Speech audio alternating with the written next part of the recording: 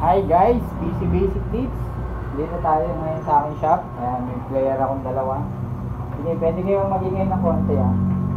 Tumanggap nga pala tayo guys ng client. May nagpa-reformat sa atin.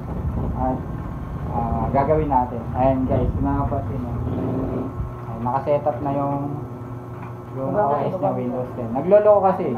Pag in-open mo, parang blue screen na parang may nagalaw sa OS na. Kaya nag-decide siya ipa-reformat sa atin. Kaya shoutout sa'yo boss AJ, thank you sa tiwala na bigay mo sa akin at ayusin natin yung PC mo. I-reformat natin guys.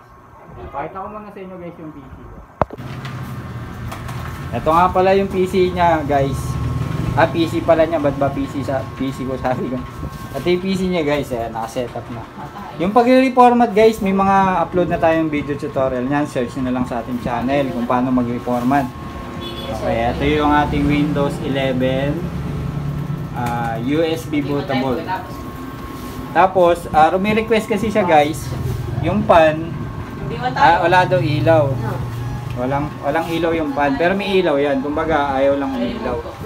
Pinache-check ni Bossing sa atin, ni Boss AJ sa atin. Baka mapailaw natin. Pero tatry natin kung mapapailaw natin guys. Ayan.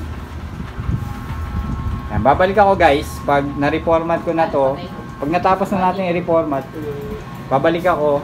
Ito naman check natin yung kanyang pan. Kung mapapailaw pa ba natin yung LED niya. Okay guys, balik tayo. Okay, yun na nga guys. Balik tayo at natapos ko nang i-reformat yung PC ng ating customer. Salamat ulit sa tiwala, Boss AJ, sa pagdala ng PC at pagpapa-reformat sa atin at sa amin ka ng tiwala sa atin.